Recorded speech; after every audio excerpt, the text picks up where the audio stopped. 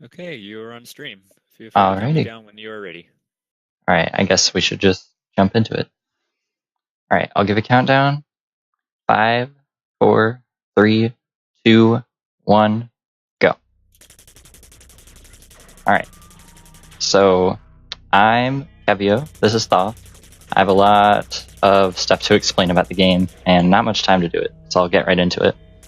In this game, you play as the little white circle that you can see, and your goal is to defeat every enemy in every level. There's 64, and they progress from 64 down to 1. And I'm playing with keyboard and mouse, so you can see this little cursor that's kind of resting on each enemy. The way the game works, you shoot at each enemy, your shots do a certain amount of damage, and if you aren't shooting at an enemy, they will regenerate their health. Once you defeat them, they turn black and are space-like, and they move around faster, so each level gets harder as you progress through it. And you can see the color scheme changing every 4 levels. You get a checkpoint every 4. Oops. So there's a death right there. And something that was recently added in an update was a second chance mechanic. So when you die, you get a second chance at every level. And the walls turn into lava. So if you touch the walls, then you die in the second chance mode. And the level otherwise stays the same. But if you die in the second chance mode, then you go back to the first in the set of 4. And in addition to that, every set of 4 levels introduces kind of a new game mechanic. You can see in this one you have these gates that either appear or disappear every time you defeat an enemy.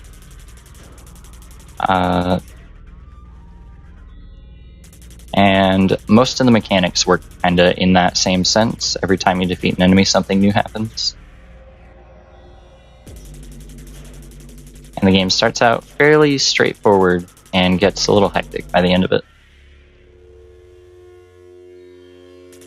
So you can see here, you have these expanders where they start out normally, and you can shoot them to make them regress back smaller. But then once you defeat them, they expand again, and there's no way to stop them from expanding.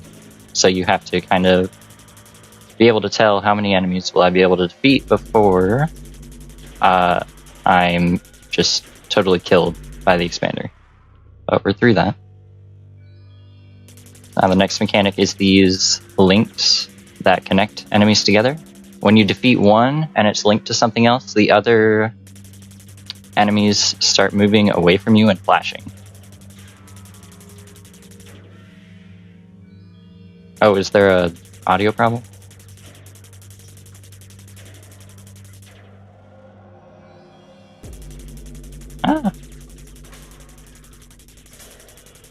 And one thing you start to see is combined mechanics. So you have those shooter enemies from earlier.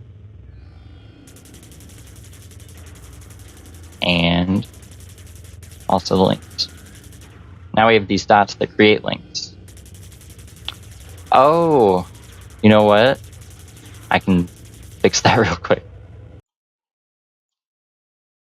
That's really bad.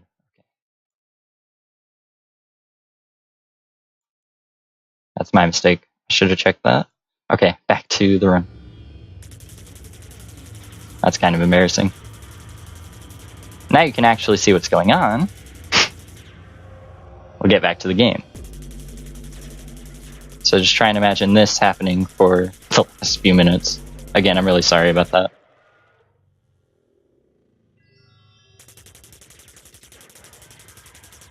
Thanks for pointing it out, though. Now you have these slider enemies that only move in one direction based on which way they face.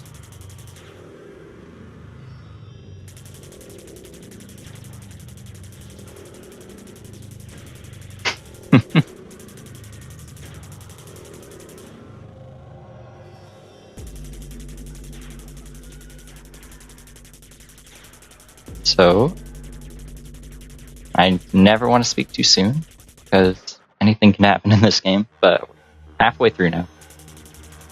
And here's where the game starts getting hectic. You have these, I like to call them black holes, that suddenly expand and contract every time an enemy is defeated.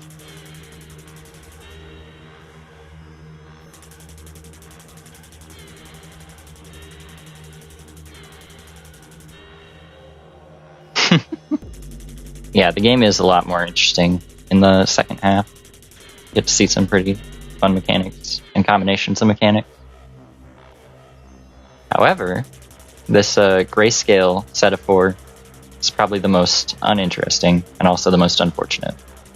We had a good pattern on 28 actually, because those wide enemies can just bounce around, and normally you go into the corner right here to defeat them, but they can just kind of bounce in a bad direction and kill you outright, and there's nothing you can do about it. So that's basically the only instance of randomness in the game. Oops. We'll play 25 safe now that we're on our second chance. Ooh, okay.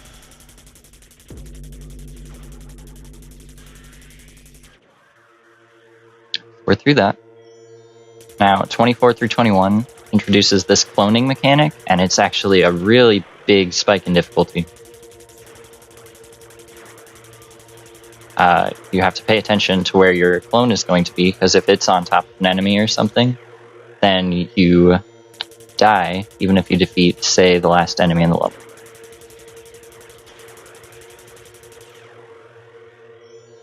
But we're good.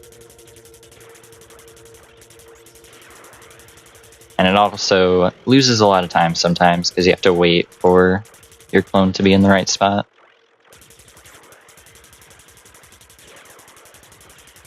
Okay, good.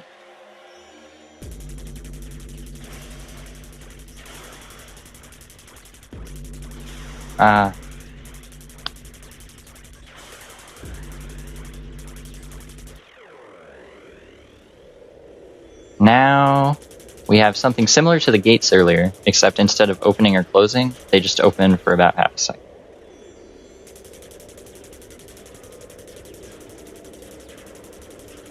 And we're through it.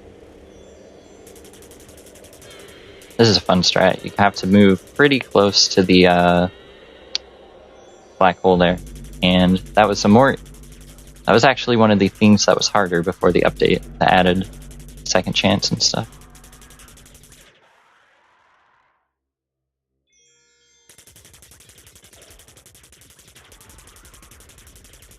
Besides the technical stuff, this is actually a pretty good run. And I should point out, you see the lack of walls in some of these levels, 16 through 13, adds another bit of difficulty because enemies can loop around the screen and come at you from unexpected angles, but you obviously can't loop around the screen because of these dotted lines here. 13 used to be a really tough stage, but there's a really easy way to group up all the enemies to one area of the screen.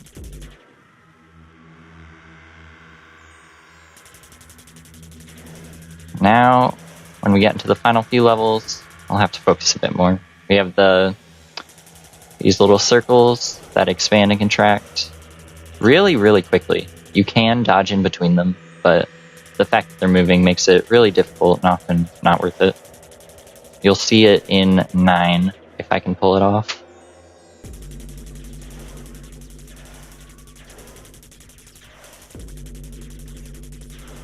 But I decided to wait to defeat the last 2. Okay.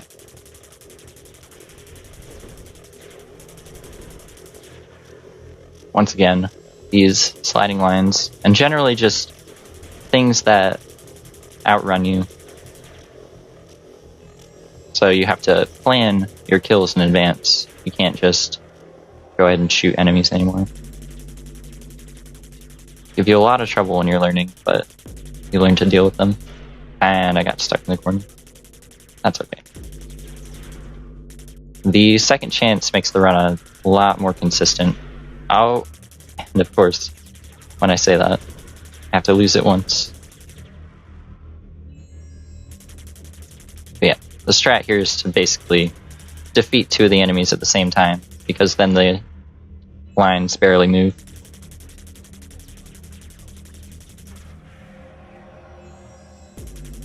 As a fun fact, that last level 6 used to have 2 sets of those 4 enemies in it instead of just 2.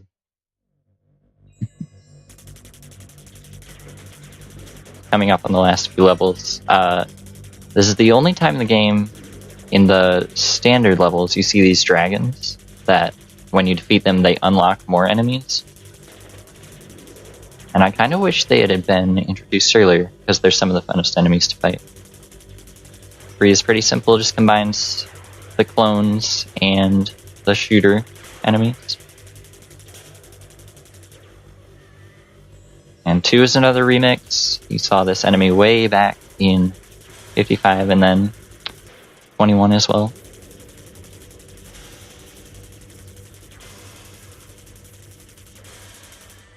I'm gonna actually play this really slowly because I can't use the walls to get around the dots anymore. There we go. Then the final level is actually really easy to do, but it's also easy to lose a lot of time on. So you have to pick your shots very carefully. Coming up on time? Time. It's a very, very fast-paced game, and it's kind of unfortunate for the technical issues, but glad I got to show it off.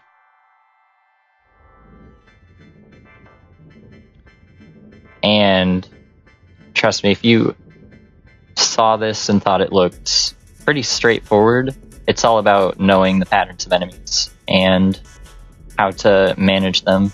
Everything from your movement to how close you are to an enemy when you're shooting it to just every single aspect of play and having to deal with aiming and moving at the same time. It takes a lot of learning, and it's harder than it looks, but it gets a lot easier once you know the game inside and out.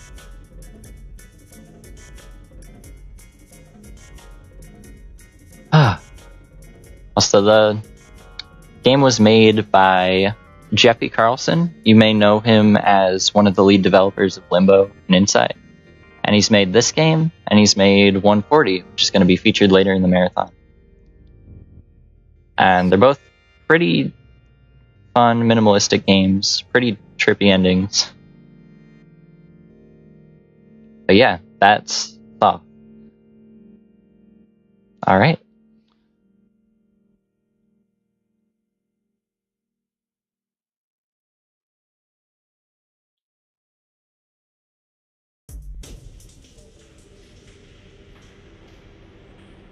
That's basically it for me. You see these numbers on the side are just bonus content after you beat the main